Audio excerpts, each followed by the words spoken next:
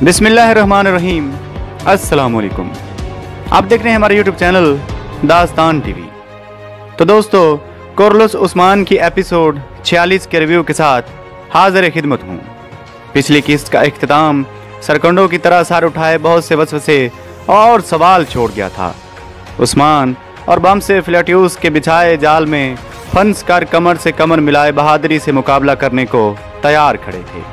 दूसरी जानिब गोकतोक के साथ खेमे पर तारगुन खातून का खुफिया दस्तावेज़ात के लिए हमला और तशद्दुद। एक तरफ शेख अदेबाली की आमद नाजरीन तजस्सुस में मुब्तला।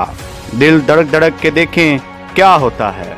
नई किस्त के आगाज ही से नाजरीन की बेताबी बढ़ना शुरू हो गई और फिर उस्मान और बामसे को बचाने नाजरीन के अमूमी अंदाजे के मुताबिक ना तो तुरगत आया, ना बुरान और ना ही कोई और, बल्कि एक महर तीर अंदाज खातून अनकरा के एक सरदार कजेल के बेटे सरदार उमर की बेटी मुल्हान खातून बर वक्त एक फरिश्ते की तरह नाजल हुई और दोनों बहादुरों की लड़ाई का हिस्सा बनकर आया निकोला को अपने सिपाहियों की लाशें छोड़कर भागने पर मजबूर कर दिया।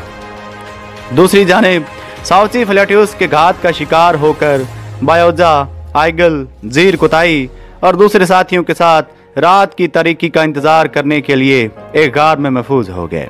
शेख अदेबाली कमरुल अब्दाल के जरिए पैगाम मिलने पर अपने दरवेश सिपाहियों और गंदूज के साथ उस्मान की मदद के लिए रवाना हो गए।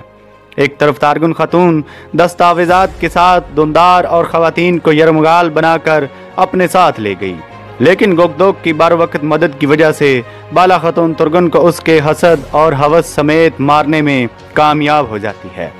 निकोला फ्लैट्यूस और हेलेना की मौजूदगी में उस्मान के हाथों एक मर्तबा फिर शिकस्त खाकर शदीद कुरब और परेशानी में पीछोताब खाकर अपने गुस्से का भरपूर इजहार करता है। मुसलमान ताजर के भेस में अदरीस, जो दरअसल डेविड है, कमाल होशियारी और मक्कारी के साथ बम से पर अपना भरोसा बनाकर साइमन और पेत्रूस को खबरें फराहम करके गद्दारी का हक अदा कर रहा है।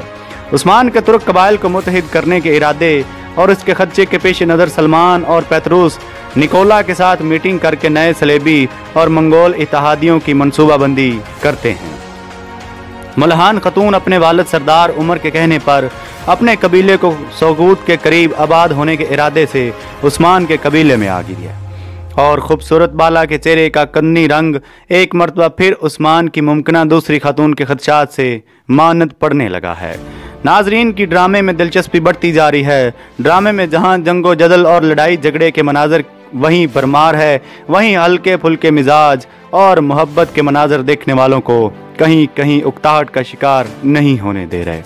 जहां तक अदाकारी का ताल्लुक है, सावची, दुंदार, गंदूज, बायोजा, बुरान, फ्लैट्यूस, दाऊद, गोकदोक, सुलेमान, अदरीस, साइमन, हाजल अलीना, आइगल, जीर कुताई, अब्दुर्रहमान गाजी, ग्रेट बामसे, सलजन खतून और दूसरे तमाम फनकार अपने अपने किरदार इंतहाई खूबसूरती से अदा कर रहे हैं। लेकिन ख़ास तौर पर निकोला का किरदार अदा करने वाले अदाकार की अदाकारी बेमिसाल है। एक मनफी किरदार इतने ठहरे हुए धीमे लहजे में तंज, गुस्से, नफरत और दुश्मनी के मिले जुले जज्बात के साथ डायलॉग की अदायगी यकीनन एक बहुत ही मुश्किल काम है, जो निकोला का किरदार अदा करने वाला अदाकार इंतहाई खुश असलूबी से अदा कर रहा है। इसके अलावा बुराक की अदाकारी दिन ब दिन पुख्ता और संजीदा होती जा रही है। अब वो खलंडरा जज्बाती उस्मान बहुत कम दिखाई देता है, बल्कि सरदार उस्मान का रूप पुख्ता होता जा रहा है। बाला का हुस्न भी रोज़ बरोज़ निखरता जा रहा है और उस्मान के लिए दूसरी कोई भी खातून बाला की खूबसूरती और मासूमियत के आगे नहीं जचती।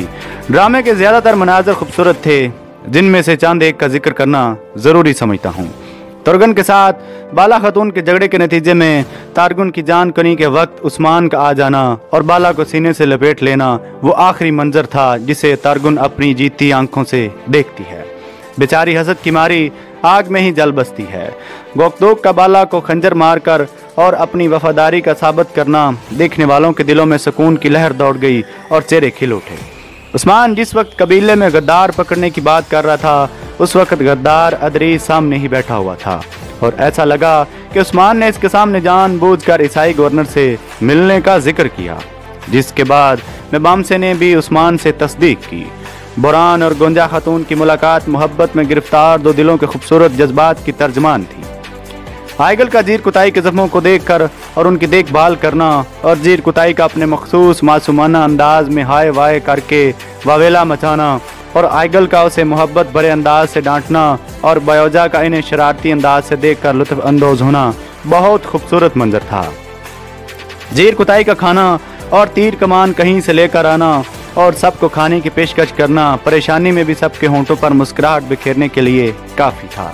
निकोला की इंतहाई परेशानी की हालत में हेलिना का ये कहना कि तू क्या अब हम चर्च की घंटियों से नहीं बकरों की घंटियों से बेदार हुआ करेंगे, बहुत मुज़ायका खेज लगा। बाला और उस्मान के खिलवत के लम्हों में मुल्हान खतून का सती से सवाल के लिए खेमे में आना, उस्मान का इसको ये कहकर वापस भिजवा देना कि ये बात करने के लिए जगह और वक्त दोनों नामुनासिब हैं। वो मंजर याद आ गया जब तारगन खतून भी इसी तरह बेवक्त उस्मान के खेमे में दर आई थी। ऐसे मौका पर बाला ने जिस सब्र और हौसले का मुजाहरा किया वो एक बेहतरीन बीवी के रूप में नजर आई। अदरीस जो कि डेविड के पेतरूस से मुलाकात जिसमें पेतरूस खुद को अजियत देकर अपने यस्सू से दुआएं मांगता है और नतीजतन बेहतरी की तवक्को रखता है। एक ही वक्त में 3 मुख्तलिफ रोल अदा करके उस अदाकार ने अपनी अदाकारी पर परफेक्शन की मोहर सब्त कर ली है।